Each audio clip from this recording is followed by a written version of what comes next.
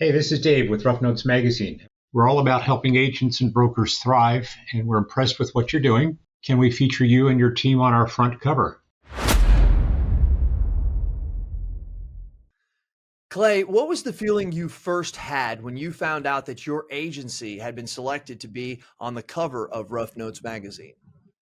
Yeah, great question, Jason. I was honored, surprised, flattered.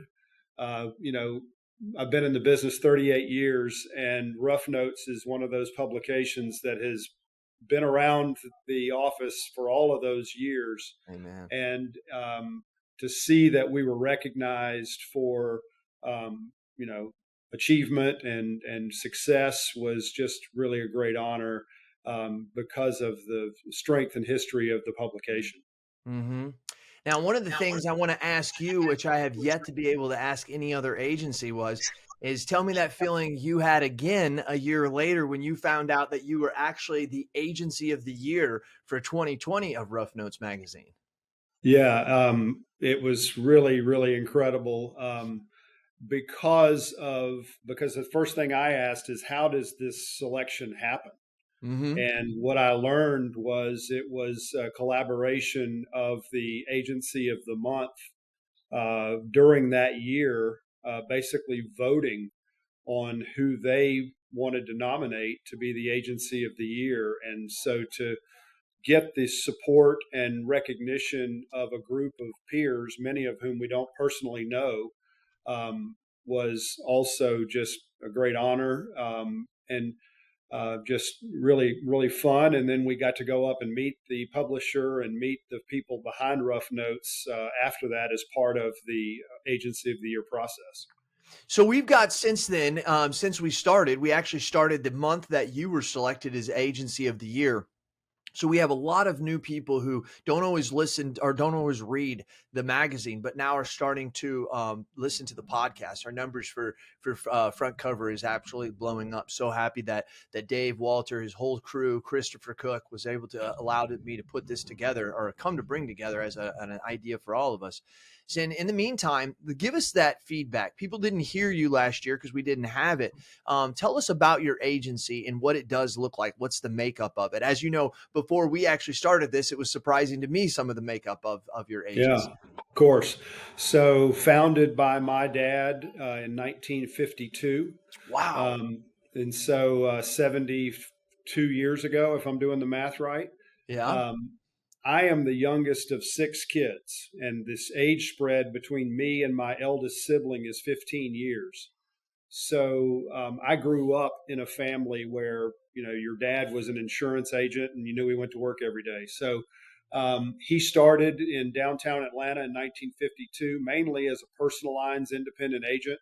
Wow. And then my eldest brother, Bill Snellings, came to work for my dad straight out of college in 1973, at the same time that Nunnally Walters, of our namesake, came to work for the agency in that same year.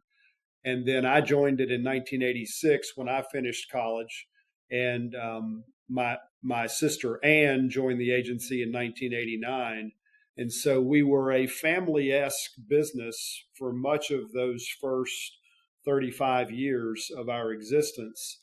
And then as we've evolved, my brother and sister retired. Well, my dad retired in 1993. My brother and sister retired in 2012 and 16, respectively. And the 2008 timeframe was when my brother and sister and I had to say, we can keep this just a family business, or we can broaden our scope and our influence. And that's Mhm. when guys like Steve Harmon, Eric Levine, Billy Potter came into the organization between '07 and 12. And we really realized that broadening that talent pool allowed us to have more significant growth. And it's the old saying of, do you want to own 100% of a small pie, or do you want to own a smaller percent of a much larger There pie? you go. And that has been rewarding beyond my expectations. Let me just say that. Mm. Granted, you run the risk of the dynamic of more team conflict when you got more people on the team, but it has gone very well with a few bumps in the road. And today, The agency has got over 90 employees, and we serve 2,300 families on the personal line side, which, it's funny, where we started, it was a big part of our business. Today, that only represents 15% of our revenue. And then 85% of our revenue is commercial P&C and benefits, where we serve over 1,200 companies. So it's been really fun to see the agency evolve from a family business to a thriving privately held business. Which is not an easy thing to do. I think there's a lot of listeners out here that would say that. And, it's almost like it's a minor form of nepotism, where you just kind of assume that the family would come over, and for you to actually be able to stop that and go a different direction. Also another thing that Clay, I'd love to hear from you. Agency owners out there, especially the young ones who are thinking to themselves, well, I don't want to have partners. I want to own this myself. How impossible would it nearly be to own an agency with 90 employees and all the things you have, with having one, maybe even just two partners? Tell Yeah. me about that. Spreading the work is critical when you want to scale a business. Mm-hmm. And I would not be able to do it, quite frankly, and it wouldn't be any fun. So it is important that you have trusted team members. We're big fans of two things that you're aware of. One, but Patrick Lencioni is the other, and he wrote a great book called The Five Dysfunctions of a Team. And that book has been foundational for us to understand the five dynamics that lead to a successful team.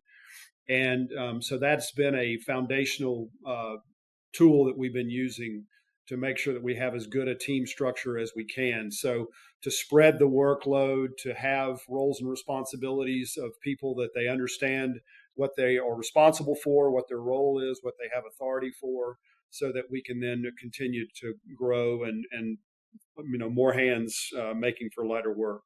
As a younger buck, that makes me feel good to know that my thoughts would be right there. I have this talk with two of the individuals that are perpetuating into my agency, and so I love that. Now, I want to ask you this: leaders are readers, and readers are leaders, is what I've heard said. You sound like a reader. Yeah, I'm an experiential learner. I will read when told, "Hey, you need to read this book." Yep. So I did read Five Dysfunctions of a Team. I had the good fortune of a couple of business partners in that 10 to 12 year ago time frame that said, we need to study this concept. We're big Simon Sinek fans. It's about the why. It's not about it's a what Mm-hmm. what and how.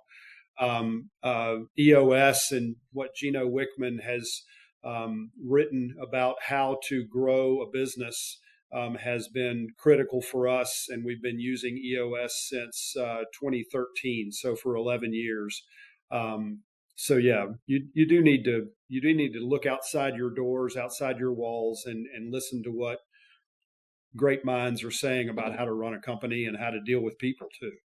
Clay, one of the things that I want to get from you with the wisdom that you possess is that I think a lot of people can get a lot of places where they are sometimes off their skill, or sometimes off the luck that they may have. What do you think Hmm. has been a bigger factor in your life, and then maybe even your agency? Has it been the skill, or has it just been being at the right place at the right time? Yeah, that's a great question, and the way I've answered that when younger professionals ask that of me is, how did your career go? I answer with consistency has been my key. Ooh. I've lived in the same city for all of my life. Um, I tell young people, I say, show up on time with a pencil and a piece of paper, and good things will happen. So don't be afraid to say, I don't know, but I can find out. All of those kinds of things have been factors that I believe have led to my success. And so, the old little engine that could, and the turtle outrunning the fast running hare in the long run. Those are principles that have been, I think, helpful in my career of just keep on making the Mhm. donuts every day, and watching how it ends up being a nice size result when you're consistent. Isn't it funny that as we're young, those are just stories, but in our 30s and 40s, those stories start to transform into wisdom, and you start to go, wow, we were taught that for a reason way bigger than we realized at a young age. The little engine that could, the hair, The and tortoise and the hare, yeah. yeah, so yeah, that's good stuff, Clay. That's good stuff. And I love Thanks. talking to you myself for right now because I think you and I actually kind of think a lot alike. I'm a very big avid reader, and same way there. Speaking out there, do you guys have a perpetuation plan with the Yeah. structure you have? I'm assuming you do, right? It's in all. I think you said you have 5 principles, and We then we have more than that. We have 5 board members, but I can explain it to you if you'd go like to ahead, hear it. please, Clay. Go Yeah. ahead. So we decided intentionally, in order to continue to be privately owned and employee owned, we needed good agreements in place. So our shareholder agreement that we have been using for 15 years now has some pretty core tenets to it that allow us to do what we do. I'll give you 3 of them. Please. One of them is you have to sell your stock when you're 65 years old. Wow, that's Okay. similar to Deloitte. Deloitte, you have to do it at 62. Wow, I Yeah. like that, Clay. So that avoids the age-old problem of the founder is 74 and still there as the majority owner. The second tenet of that agreement is you have to be employed here in order to be an owner. If your employment ends for whatever reason, cause or not, death, disability, whatever, your stock has to be transacted back to the company. And then the third thing is that in our shareholder agreement, there are financing terms that are available to buyers that sellers agree to in advance. So it's basically seller financing so that the cash flow of the purchase is more manageable.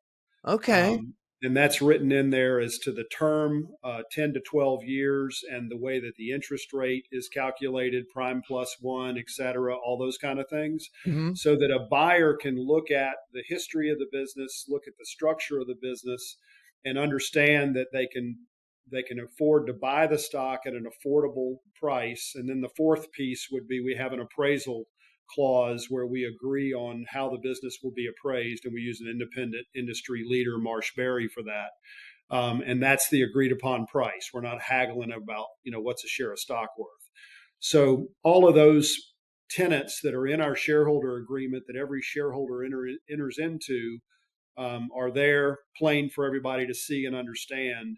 And we've gone from just a few owners. We had 4 to 5 15 years ago.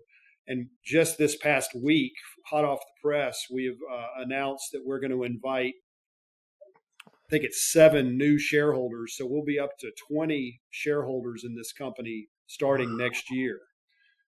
We believe that, again, spreading that ownership is going to make it more affordable as the company becomes more valuable. Now, Clay, does that dilute your shares and other shares that are there? Well, Or yeah.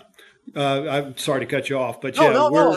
yeah. Cut me off. Go ahead. I'm 61, and so I started selling increments of my ownership about 4 years ago. And so basically, we have not issued new stock at this point. Um, Okay. Senior owners like me are agreeing to go ahead and start selling in small increments so that when I'm 65, at the peak, I owned 33% of the company. When I'm 65, I'll probably own like 8. And then you have to get rid of that because you're And then 65. that last date will be transacted at 65. So that's the way that we've made it more manageable, and we know we got the typical spreadsheet. Okay, this is how many shares everybody owns, and here's how old they are. How do we need to make sure that this is going to work so that there's not this tidal wave or mountain too high to climb where a bunch of stock needs to change hands in one year? Or you have to dilute it by then creating more stock and stuff. Very forward thinking. Let's just Yeah. take the more senior people and slowly have to give them off. And it doesn't really matter. I mean, we control more of our growth of our agency than we do the stock market. Because I Yeah. assume people start selling their stock, you turn it around, you put it in investments that's great. Because a lot of times people, that's why they don't give it up, right? Is because it's like, well, I don't want to give it up because I'm not ready to use that money yet. And it's like, Yeah. and that's neither here nor there. There's different vehicles in that for that. That's interesting. I'm telling you, Clay, as I'm listening to this, I'm actually thinking of my business partner, Travis, and I want him to hear this because I think there's a lot of agency owners out there. You guys are making this, I don't want to say simple, but it's a very clear path that when someone gets in, they know exactly how this is going to end. I imagine, did this come about by accident and just learning, or did you meet somebody, an attorney who said this is how you do it? I'd love to have a little bit of that background. Yeah, Jason, thank you. So we've brought in several outside experts.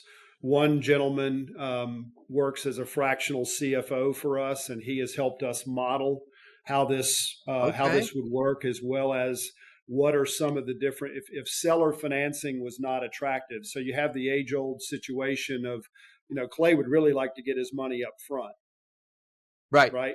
Mm-hmm. Rather than wait 10 years Makes for sense. the payments to be made. And so they've consulted with us on other lending sources, outside lending sources that could help us do stock transactions. They've helped us model how that affects the buyers, the sellers, and the company. So they've been helpful. We also, Marshberry has been giving us good counsel on just what our model looks like, and does it ever break down because the agency has too much value, or God forbid the other way around, the value is declining and nobody wants to buy. Mm-hmm. We've been lucky; we've not experienced any of that. We've had very steady appreciation of our stock, so it's a good investment. Wow. Fantastic. I am Clay. I usually I just kind of guide these conversations, but I'm learning a lot as well. I want to go back to also something you said. You said employee owned. Is that Mm-hmm. all employees, or are you just talking about from the leadership up?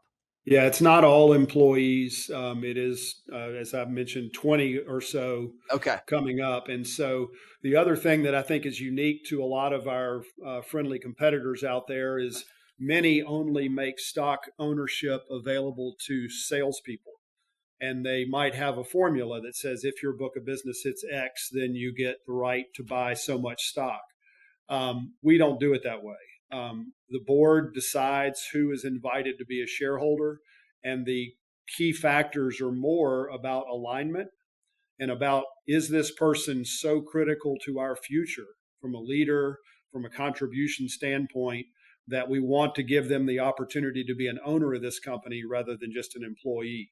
So if I showed you the names and told you what they did, I've got service managers, accounting department people, client executives, producers, but it's a wide variety of role in our company that actually are owners of our company. And so that's the way it's structured today. I'd like to add, we did look at an ESOP structure, Jason, Yeah. um, because we were wondering, is that something that would be even better for us? We've not really concluded that an ESOP is the way we should go, but we've certainly done a lot of homework and gotten a lot of insight from these outsiders as to how those work. What are the pros and cons? There's a lot of complication to those, and I mean, I'm not saying there's a lot, but there are a lot of downsides to that. I've kind of Hmm. heard from Yeah. agency owners who are like, "Hey, this is my goal: is my employees to own it." They get into the ESOP situation, they're like, "Wait a minute, I don't." So I think it's a special situation on some of those. I could be I, wrong. that's a good summary. There's some rules about it because it is a government program, Hmm. that you got to play a certain way, and some of those things are just not as appealing as others. Wow. Yeah. Wow. I didn't mean for this to go straight perpetuation, but if you think about it, this is something that a lot of agency owners probably think about, but there's not a lot written on that other than going to some consultant. And so, any of you rough note listeners that have maybe talked about some consultants, I know that I have as well. With Carrie Wallace is a person that I have been working with, and I have some things now that I want to talk to her about on this as well. So that's really great. Clay, whenever you guys created this 65-year rule, you have to sell out. And I assume you could still be part of the business. You just can't be an owner at 65. Right. Is that right?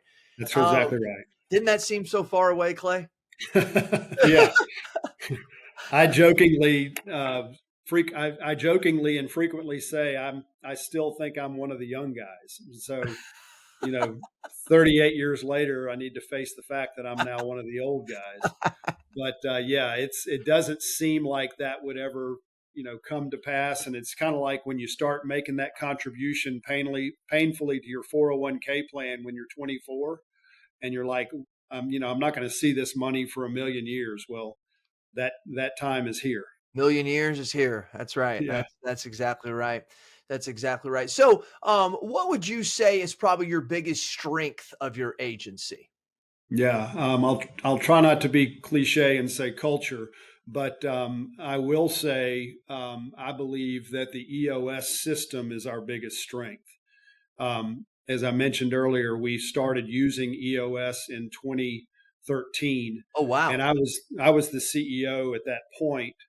And one of the greatest things I get to do, if I could sidebar you real quick, Jason, is Please. I get to meet with our new employees after they've been here for 90 days to talk about the EOS system and talk about the vision of our company, which is one of the components of the EOS system, so that that vision is shared with everyone in the organization. They understand what we want to do tomorrow, next quarter, next year, 3 years from now, 10 years from now, and what are our values, our niche in the market, our target market, our sales process, all of those kind of things.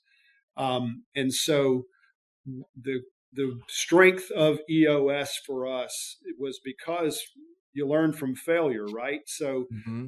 pre-EOS, as the president and CEO of the agency, I would bring our senior leaders into a room every 60 days and we'd look at some key metrics about the business and we would talk about strategy and we would have a great meeting for 3 or 4 hours. And at the end of that meeting, we would say, okay, ready, meeting's over. We made a nice list. Everybody go get going. And we'd come back together 60 days later and guess what? Not much. Not much. A lot of those great ideas got put on the side burner and the tyranny of the urgent took over in our day-to-day Hmm. lives with clients and teams and all that stuff. And I could tell that my fellow leaders were frustrated. And with my leadership and with our execution and follow through and all of that. So I'm a member of an organization at that time called Vistage International. I don't know if you've heard of it, I have but not. Vistage is an organization that brings company CEOs together in work groups, not insurance. This is across the whole economy. And I was in a Vistage group with 12 other business leaders, and we meet once a month and we talk about strategy. Anyway, long story short, we brought in an outside speaker who was this thing called an EOS implementer.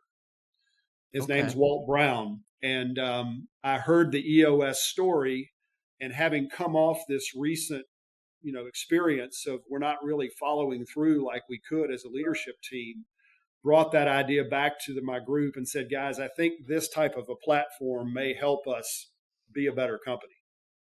So we went through the process of implementing EOS in August of 2013, and we wrote our first vision statement for our company. It's a Okay. two-page document. It's called a VTO. Okay. And all of that to say is that because the EOS platform keeps us focused on these 6 key components of our business, I could show you the revenue, I could show you the stock value in the last 11 years, but it's a hockey stick. Wow. It has been really cool to watch how the business has developed. And so that's the answer Mm, to the very long answer to your short mm, question. mm. Clay, while we're going to wrap this up, because I told you we try to keep it to a time. We've done enough studying. I started my podcast in 2013. So Nice. I'd say that was a big year for us as well. And I've learned over the time that an average drive to a business is around 20 to 30 minutes. That's why we try to keep it to that. And I Yeah. wish it was a little bit longer. I love what you said here. The tyranny of urgent. Is that Yeah. what you said exactly? The Um, tyranny of the urgent. Yeah. of the urgent. That is so true, right? Like we can have everything we want, but other things demand our time. And this goes back to the way to get rid of some of the tyranny is those 6 things that you're Yeah. focusing on. So rough note listeners, of everything you heard, we all have that commonality right there of that tyranny of the urgent.